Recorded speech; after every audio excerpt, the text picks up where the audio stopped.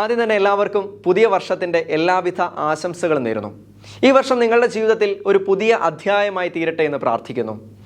പുതുവർഷത്തിലേക്ക് പ്രവേശിക്കുമ്പോൾ സാധാരണ നമ്മളൊക്കെ ചെയ്യുന്ന ഒരു കാര്യമാണ് കഴിഞ്ഞു പോയ വർഷത്തിൻ്റെ കണക്കെടുക്കൽ. നമ്മൾ എന്തൊക്കെ ചെയ്തു, എന്തൊക്കെ നമുക്ക് ലഭിച്ചു എന്നിങ്ങനെയുള്ള കാര്യങ്ങൾ നമ്മൾ ചർച്ച ചെയ്യാറുണ്ടല്ലേ. പിന്നെ ചെയ്യുന്ന ഒരു കാര്യമാണ് പുതിയ വർഷം കൂടുതൽ മനോഹരമാക്കാൻ എന്തൊക്കെ ചെയ്യാൻ സാധിക്കും എന്നൊരു കണക്കെടുക്കൽ. ഇതുപോലൊരു കണക്ക് നമുക്കും എടുത്താലോ. കഴിഞ്ഞു പോയ ഒരു വർഷം 2024 കത്തോലിക്ക സഭയിൽ നടന്ന 11 പ്രധാനപ്പെട്ട സംഭവങ്ങൾ നമ്മൾ ചർച്ച ചെയ്യാൻ പോവുകയാണ്. ഓരോന്നോരോന്നായി നമുക്ക് നോക്കാം. ഒന്നാമത്തേത്, അരനൂറ്റാണ്ടിനിടെ അമേരിക്കയിലെ ആദ്യത്തെ ദേശീയ ദിവ്യകാരുണ്യ കോൺഗ്രസ്. അമേരിക്കയിലെ ആദ്യത്തെ ദേശീയ ദിവ്യകാരുണ്യ കോൺഗ്രസ് ജൂലൈ മാസം 17 മുതൽ 21 വരെയുള്ള തീയതികളിൽ ഇന്ത്യാനയിലെ ഇൻഡ്യാനാപോളിസിൽ നടന്നു. ഏകദേശം 50,000 പേർ അതിൽ പങ്കെടുത്തു. ഫ്രാൻസിസ് മാർപ്പാപ്പയുടെ ആശീർവാദത്തോടെ നടന്ന ദിവ്യകാരുണ്യ കോൺഗ്രസിന് വലിയ ഒരുക്കങ്ങളാണ് നടന്നിരുന്നത്. ബിഷപ്പ് റോബർട്ട് ബാരൻ, നടൻ ജോനാഥൻ റൂമി, നമുക്കറിയാം ചോസൻ സീരീസിൽ ജീസസ് ക്രൈസ്റ്റിൻ്റെ വേഷം ചെയ്യുന്ന ആളാണ് ജോനാഥൻ റൂമി, ഫാദർ മൈക്ക് ഷിമിറ്റ്സ് ഉൾപ്പെടെ അനേകം പ്രമുഖർ പ്രഭാഷണം നടത്തി.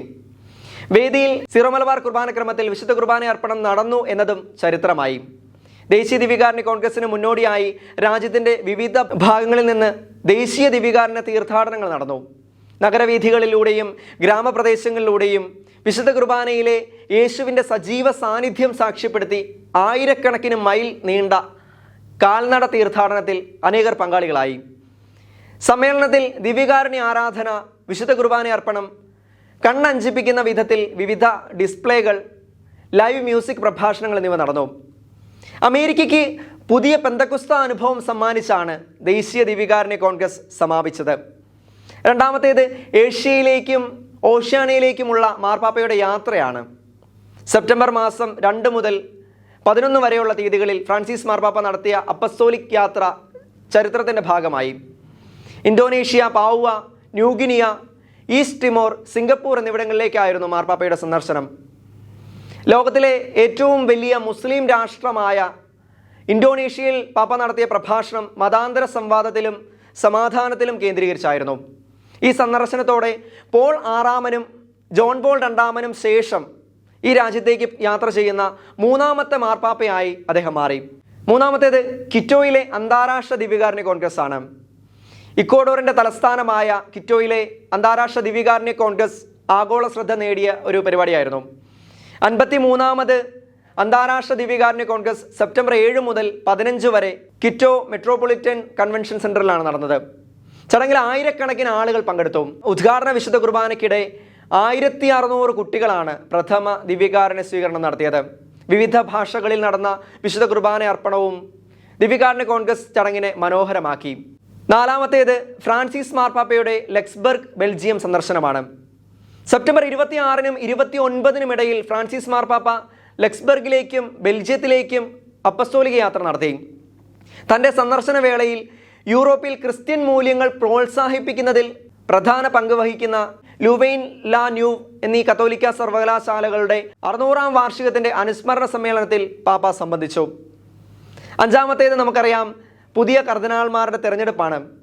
ചങ്ങനാശ്ശേരി അതിരൂപതാംഗമായ മാർ ജോർജ് കൂവക്കാട് ഉൾപ്പെടെ 21 പേരെ കത്തോലിക്ക സഭയുടെ ഹയറാർക്കിയിൽ 2ാം സ്ഥാനത്തുള്ള കർദിനാൾ പദവിയിലേക്ക് ഉയർത്തുവാനുള്ള തീരുമാനം ഒക്ടോബർ 6-ന് മാർപ്പാപ്പ പ്രഖ്യാപിച്ചു. ഇവരുടെ സ്ഥാനാരോഹണം ഡിസംബർ 7-ന് നടന്നു.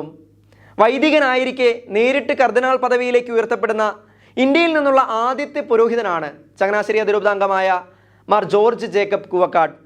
ആറാമത്തേത്, ദമാസ്കസിലെ രക്തസാക്ഷികൾ ഉൾപ്പെടെ 14 പേരുടെ വിശുദ്ധ പദവിയാണ്. സിറിയയിൽ ക്രിസ്തു വിശ്വാസത്തെ പ്രതി രക്തസാക്ഷിത്വം വരിച്ച ദമാസ്കസിലെ രക്തസാക്ഷികൾ ഉൾപ്പെടെ 14 പേരെ ഒക്ടോബർ 20 ഞായറാഴ്ച വിശുദ്ധരായി പ്രഖ്യാപിച്ചു. വത്തിക്കാനിൽ സെയിൻറ്റ് പീറ്റേഴ്സ് സ്ക്വയറിൽ നടന്ന തിരുക്കർമ്മങ്ങളുടെ മധ്യേ ഫ്രാൻസിസ് പാപ്പയാണ് വിശുദ്ധ പദവിയിലേക്ക് ഇവരെ ഉയർത്തിയത്. വിശുദ്ധ പദവിയിലേക്ക് ഉയർത്തപ്പെട്ടവരിൽ 11 പേരും ദമാസ്കസിൽ യേശുവിനെ ത്യജിച്ച് ഇസ്ലാം മതവിശ്വാസം സ്വീകരിക്കാനുള്ള ഭീഷണി നിരസിച്ചതിനാണ് രക്തം ചിന്തിയത്. ഏഴാമത്തേത്, സിനഡാലിറ്റിയെക്കുറിച്ചുള്ള സിനഡിന് സമാപനം. 2021 ഒക്ടോബറിൽ മാർപ്പാപ്പ തുടക്കം കുറിച്ച സിനഡാത്മകതയെക്കുറിച്ചുള്ള സിനഡിന് ഇക്കഴിഞ്ഞ ഒക്ടോബർ 27-ന് സമാപനമായി. ഒക്ടോബർ 2-ന് മാർപ്പാപ്പയുടെ മുഖ്യ കാർമ്മികത്വത്തിൽ നടന്ന വിശുദ്ധ കുർബാനയോടെയാണ് സിനഡിൻ്റെ 2ാം ഘട്ടം ആരംഭിച്ചത്. ഇതിനു മുന്നോടിയായി സിനഡ് അംഗങ്ങൾക്ക് വേണ്ടി പ്രത്യേക ധ്യാനം നടന്നിരുന്നു.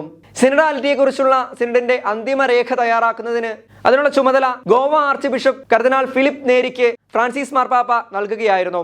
പാസ്റ്ററൽ കൗൺസിലുകളുടെ രൂപീകരണം, കനോനിക് മാനദണ്ഡങ്ങളുടെ പുനരവലോകനം, നേതൃത്വപരമായ ഉത്തരവാദിത്തങ്ങളിൽ സ്ത്രീകൾക്ക് കൂടുതൽ പ്രാധാന്യം എന്നിവ ഉൾപ്പെടെ പ്രധാന ഘടനാപരമായ മാറ്റങ്ങൾ അന്തിമരേഖയിൽ ഉണ്ടായിരുന്നു. എട്ടാമത്തേത് 44 വർഷങ്ങൾക്ക് ശേഷം പേപ്പൽ ഭവനത്തിന് പുതിയ പ്രഭാഷകനെ ലഭിച്ചു എന്നുള്ളതാണ്. 1980 മുതൽ നീണ്ട 44 വർഷങ്ങൾ പേപ്പൽ ഭവനത്തിന്റെ ഔദ്യോഗിക പ്രഭാഷകനായി സേവനമനുഷ്ഠിച്ച കർദിനാൾ റെനിയേരോ കാന്തലാമെസയുടെ പിൻഗാമിയായി കപ്പൂച്ചൻ സന്യാസ സമൂഹ അംഗമായ ഫാദർ റോബർട്ടോ പസോളിനിയെ ഫ്രാൻസിസ് മാർപ്പാപ്പ നവംബറിൽ നിയമിച്ചു. ബൈബിൾ പണ്ഡിതനും ബൈബിളിലെ ആത്മീയതയെക്കുറിച്ചുള്ള നിരവധി ലേഖനങ്ങളുടെയും പുസ്തകങ്ങളുടെയും രചയിതാവുമായ അദ്ദേഹം ഇറ്റലിയിലെ മിലാൻ വംശജനാണ്. സ്ഥാനമൊഴിഞ്ഞ കർദിനാൾ കാന്തലാമെസ 3 മാർപ്പാപ്പമാരുടെയും കാലഘട്ടങ്ങളിൽ പ്രഭാഷകൻ എന്ന നിലയിൽ സേവനം ചെയ്തിട്ടുണ്ട്. അപ്പസ്തോലിക് പ്രഭാഷകൻ എന്നറിയപ്പെടുന്ന പേപ്പൽ ഭവനത്തിന്റെ പ്രഭാഷകന് വലിയ ഉത്തരവാദിത്തമാണുള്ളത്. നമുക്കറിയാം, മാർപ്പാപ്പയ്ക്കും വത്തിക്കാനിലെ ഉന്നത ഉദ്യോഗസ്ഥർക്കും വേണ്ടി ഓരോ വർഷവും ആഗമന കാലത്തും നോമ്പ് കാലത്തും വിചിന്തനങ്ങളുടെ പരമ്പര ഉൾപ്പെടെ തയ്യാറാക്കുന്നത് അദ്ദേഹമാണ്. മാർപ്പാപ്പയോട് പ്രസംഗിക്കാൻ അനുവദിക്കപ്പെട്ട ഒരേ ഒരു വൈദികൻ കൂടിയാണ് അദ്ദേഹം. 9ാമത്തേത് സൈബർ അപ്പസ്തോലിനെ വിശുദ്ധനായി പ്രഖ്യാപിക്കുവാനുള്ള തീരുമാനമാണ്. തിരുസഭയുടെ ചരിത്രത്തിൽ വിശുദ്ധ പദവിയിലേക്ക് പ്രവേശിക്കുന്ന ആദ്യ കമ്പ്യൂട്ടർ പ്രതിഭ എന്ന ഖ്യാതിയോടെ കാർലോ അക്യൂറ്റിസിനെ വിശുദ്ധനായി പ്രഖ്യാപിക്കുന്നു. 2025 ഏപ്രിൽ അവസാന വാരത്തിൽ ഈ പ്രഖ്യാപനം ഉണ്ടാകുമെന്നാണ് വത്തിക്കാൻ വ്യക്തമാക്കിയത്. 2025 ജൂബിലി വർഷത്തിൽ ഏപ്രിൽ 25, 27 ദിവസങ്ങളിലാണ് കൗമാരക്കാരുടെ ദിനം ആചരിക്കപ്പെടുന്നത്. ആയതിനാൽ ഈ ദിവസങ്ങളിൽ വിശുദ്ധ പദവി പ്രഖ്യാപനം നടക്കുമെന്നാണ് നവംബർ അവസാന വാരത്തിൽ വത്തിക്കാൻ വ്യക്തമാക്കിയത്. ദിവ്യബലിയോടുള്ള ഭക്തിയും സുവിശേഷ പ്രഘോഷണത്തിന് സാങ്കേതിക വിദ്യയുടെ ഉപയോഗവും കൊണ്ട് പ്രസിദ്ധനായ കാർലോ വിശുദ്ധ പദവിയിലേക്ക് ഉയർത്തപ്പെടുവാൻ ഇനി കേവലം 4 മാസങ്ങൾ മാത്രം എന്ന് സാരം. 10ാമത്തേത് നൊട്രാഡാം കത്തീഡ്രൽ വീണ്ടും തുറന്നതാണ്. 2019 ഏപ്രിൽ നടന്ന തീപിടുത്തത്തെ തുടർന്ന് അടച്ചിട്ടിരുന്ന ആഗോള പ്രസിദ്ധമായ നൊട്രാഡാം കത്തീഡ്രൽ 5 വർഷം നീണ്ട പുനരുദ്ധാരണ പ്രവർത്തികൾക്ക് ശേഷം ഡിസംബർ 8 വീണ്ടും തുറന്നു. Paris archbishop M Laurent ഉൾറിച്ചിന്റെ കാർമ്മികത്വത്തിൽ നടന്ന ചടങ്ങിൽ നിയുക്ത അമേരിക്കൻ പ്രസിഡന്റ് ഡൊണാൾഡ് ട്രംപ് ഉൾപ്പെടെ വിവിധ രാജ്യങ്ങളുടെ തലവന്മാരും പങ്കെടുത്തു. ദേവാലയ പുനരുദ്ധാരണത്തിൽ ഫ്രഞ്ച് പ്രസിഡന്റ് ഇമ്മാനുവൽ മക്രോൺ ശ്രദ്ധേയമായ ഇടപെടൽ നടത്തിയിരുന്നു. 11ാമത്തേത് 2025 ജൂബിലി വർഷത്തിന്റെ ആരംഭമാണ്. 2024 ക്രിസ്തുമസ് രാവിൽ ഫ്രാൻസിസ് മാർപ്പാപ്പ സെയിന്റ് പീറ്റേഴ്സ് ബസിലിക്കയുടെ വിശുദ്ധവാതിൽ തുറന്നുകൊണ്ട് ആഗോള കത്തോലിക്ക സഭയുടെ 2025 ജൂബിലി വർഷത്തിന് തുടക്കം കുറിച്ചു. 2024 മെയ് 9 ഫ്രാൻസിസ് പാപ്പ നൽകിയ സ്പേസ് നോൺ കോൺഫുന്തിത് അഥവാ പ്രത്യാശ നമ്മെ നിരാശരാക്കുന്നില്ല എന്ന പേപ്പൽ ബൂള വഴി ഔപചാരികമായി 2025 ജൂബിലി വർഷം പ്രഖ്യാപിക്കുകയായിരുന്നു. 2024 ഡിസംബർ 24-ാം തീയതി മുതൽ 2026 ജനുവരി 6 വരെയുള്ള സമയത്താണ് ജൂബിലി സഭ ആചരിക്കുന്നത്. രക്ഷാകര പദ്ധതിയുടെ ഭാഗമായി ഈശോയുടെ മനുഷ്യാവതാരത്തിന് 2025 വർഷം തികയുന്ന വേള എന്നത് ഇത്തവണത്തെ സവിശേഷമായ ഒരു വസ്തുതയാണ്. സഭയിൽ നൂറ്റാണ്ടുകൾ പിന്നോട്ട് പോകുന്ന ജൂബിലി പാരമ്പര്യ ചരിത്രത്തിൽ ഇതാദ്യമായി കാരാഗൃഹത്തിൽ ഒരു വിശുദ്ധ വാതിൽ തുറക്കുന്നതിന് റോം സാക്ഷിയായി.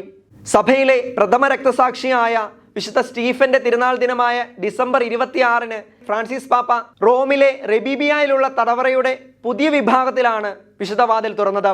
ഇവയാണ് 2024 കത്തോലിക്ക സഭയിൽ നടന്ന 11 പ്രധാന സംഭവങ്ങൾ. ഈ പുതുവർഷം നമ്മുടെ കുടുംബങ്ങൾക്കും സഭയ്ക്കും നാടിനും സമൂഹത്തിനും ഒരു അനുഗ്രഹ വർഷമായി തീരട്ടെ എന്ന് പ്രാർത്ഥിക്കുന്നു. ദൈവത്തിന് സ്തുതി.